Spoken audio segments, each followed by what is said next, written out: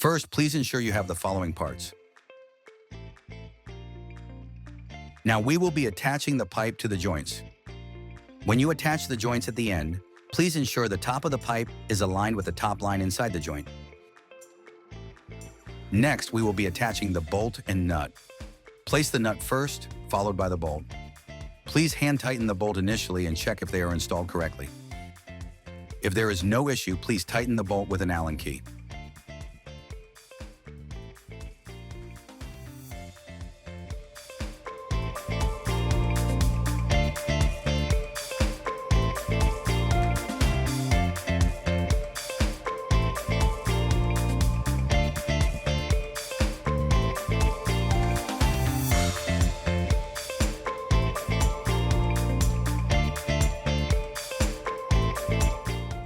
Let's have fun with DIY using NTY 28mm tubes and clamps.